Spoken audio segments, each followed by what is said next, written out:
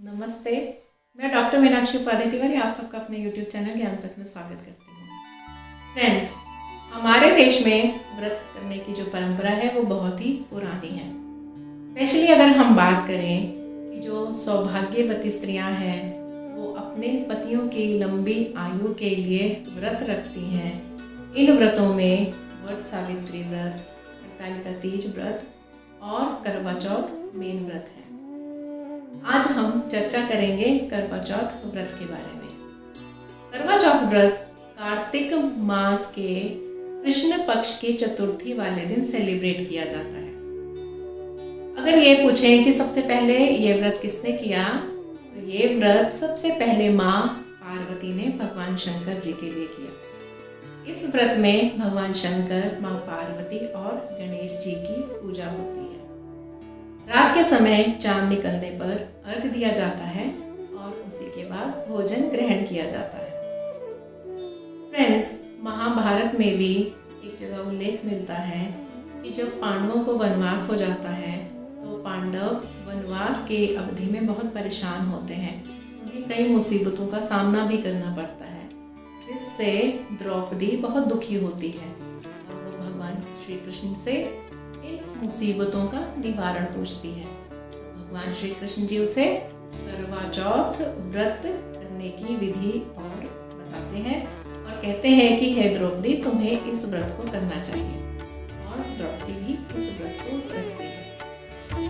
करवा चौथ व्रत उत्तर भारत में प्रसिद्ध है। इसका प्रचलन उत्तर भारत में है, जिनमें जम्मू, हिमाचल प्रदेश, पंजाब, हरियाणा, राजस्थान, उत्तर प्रदेश और मध्य प्रदेश के कुछ एरियाज में इस व्रत को रखा जाता है। फ्रेंड्स, हमारा भारतवर्ष इतना बड़ा है, जब हम कोई भी व्रत रखते हैं तो उसका जो बेस होता है वो सेम होता है, लेकिन कुछ कुछ जो रिचुअल्स होते हैं थोड़ी थोड़ी जगह में थोड़े थोड़े बदल जाते हैं। लेकिन इसका मतलब ये नहीं है कि संपूर्ण जो व्रत की विधि है और कथा है वो बदल गई, ऐसा नहीं है। जैसे हम पंजाब प्रांत को ही देखते हैं, तो पंजाब प्रांत में जो स्त्रियां हैं व्रत वाले दिन सुबह जल्दी उठती हैं, नहाकर सरगी खाती हैं।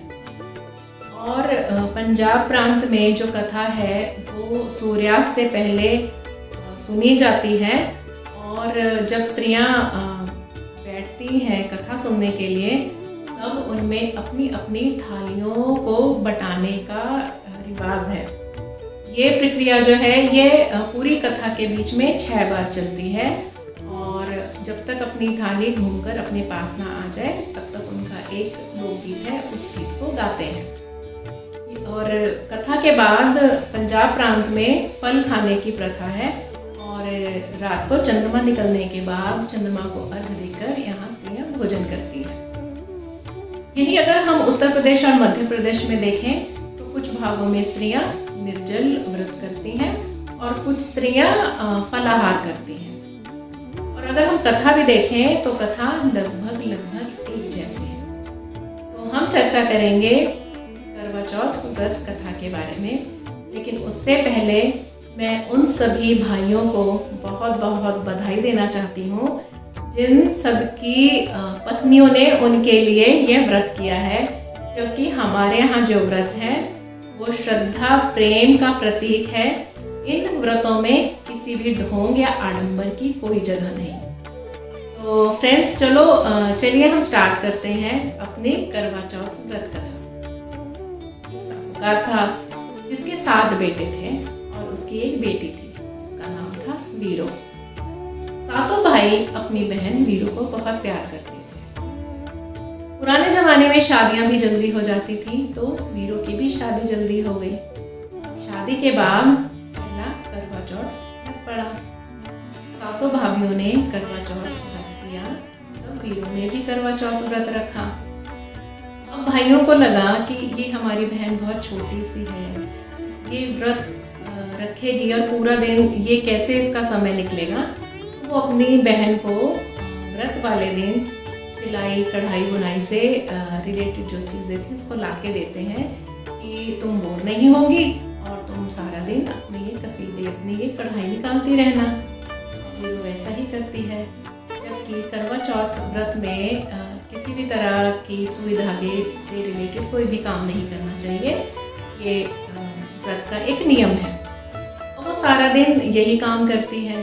शाम हो जाती है, सूर्यास्त होता है। अब भाइयों को लगता है कि हमारी बहन तो सारा दिन से भूखी प्यासी बैठी है। वो जाते हैं, वीरू को कहते हैं चलो बहन खाना खा लो। वीरू कहती है नहीं, जब तक चाँद नहीं निकलेगा मैं अर्घ नहीं दूंगी, उसके बाद ही मैं खाना खाऊंगी। भाई परेशान हो जाते हैं कि उनकी तो छोटी सी बहन है। वो सातों भाई सलाह बनाते हैं, शहर से बाहर जाते हैं, नगर से बाहर जाते हैं और एक पेड़ पर एक दिया जला के प्रज्वलित करके रख देते हैं और उसके आगे छन्नी जो होती है वो रख देते हैं। घर आके एक भाई कहता है कि अरे बहना देखो चाँद निकल आया है। अब वीरो जाती है, भागी भागी देखती है, चाँद देखती है। अब अर्घ देती है, अपनी भाभीयों से कहती है कि चलो भाभीयों अर्घ दे दो फिर खाना खाएं। तो भाभियाँ कहती हैं कि नहीं, अभी चाँद नहीं निकला है, तुम्हारे भाइयों ने तुम्हारे साथ ये एक छोटा सा मजाक जैसा किया है, अभी तुम खाना मत खाओ। लेकिन वीरो अपनी भाभीयों की बात नहीं सुनती है, वो खाना खाने बैठ जाती है। अब जैसे ही वो खाना खाने बैठती है, उसके ससुराल से ये संदेशा आता है कि उसकी पति की अचानक मृत्यु हो गई है। लेकिन वीरो सोचती है कि नहीं, ऐसे नहीं हो सकता, मेरे पति की मृत्यु नहीं हो सकती, मैंने ऐसे कोई काम नहीं किया, मैं तो एक पतिव्रता नारी हूँ। तो वो अपने ससुराल के लिए निकल पड़ती है और देखती है कि उसको ये आभास हो जाता है कि नहीं, उसके पति की मृत्यु नहीं हुई, ये एक किसी तरह से किसी दीर्घ मूर्छा में चला गया है, जिसे हम आजकल कोमा कहते हैं।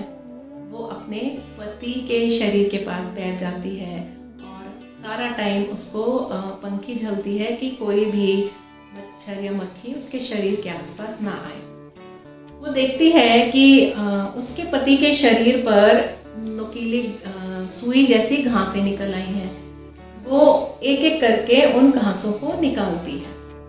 अब वो जितने भी महीने में चौथ आती हैं, वो उन सभी चौथ में व्रत करती है, वो तपस्या करती है, अपने पति की सेवा करती है। उसे भी विश्वास था कि उसके पति की मृत्यु नहीं हुई, वो उसकी सेवा से अपनी मूर्छा से बाहर निकल आएगा। तो धीरे धीरे एक ऐसे समय निकलता जाता है, वो अपने पति की सेवा करती है। धीरे धीरे उसके जो शरीर में घास, नुकीली घास थी, वो निकालती जाती है। इतना कठिन परिश्रम देखकर, तपस्या देखकर गणेश जी प्रसन्न हो जाते हैं। धीरे धीरे करके एक साल निकलता है, फिर से करवा चौथ आती है। वो करवा चौथ को व्रत धारण करती है और पूरे विधियों से कहीं भी कोई त्रुटि ना हो जाए इसका ध्यान रखती है और संपूर्ण निष्ठा से वो अपने व्रत का पालन करती है। जैसे ही चंद्रमा निकलता है, वो चंद्रमा को अर्घ्य देती है और अपने पति के सामने ही अपनी भोजन की थाली ला के बैठती है। जैसे ही वो खाना खाने लगती है तो क्या देखती है, उसका पति राम राम करते हुए उठ जाता है। सो फ्रेंड्स, ये कथाएं हैं, हमारे प्रचलन में है, हमारी श्रद्धा का प्रतीक है।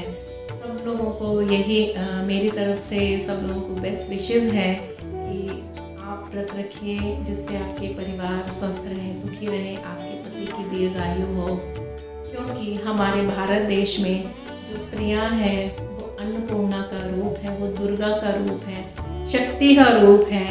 हमारे यहाँ किसी भी ढोंग या आडंबर का कोई भी स्थान नहीं है।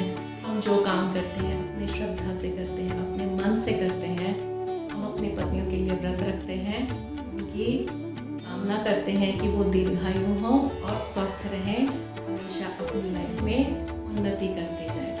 एक बार फिर से सभी बहनों को और सभी भाइयों को करवा चौथ व्रत की शुभकामनाएं। हैप्पी करवा चौथ।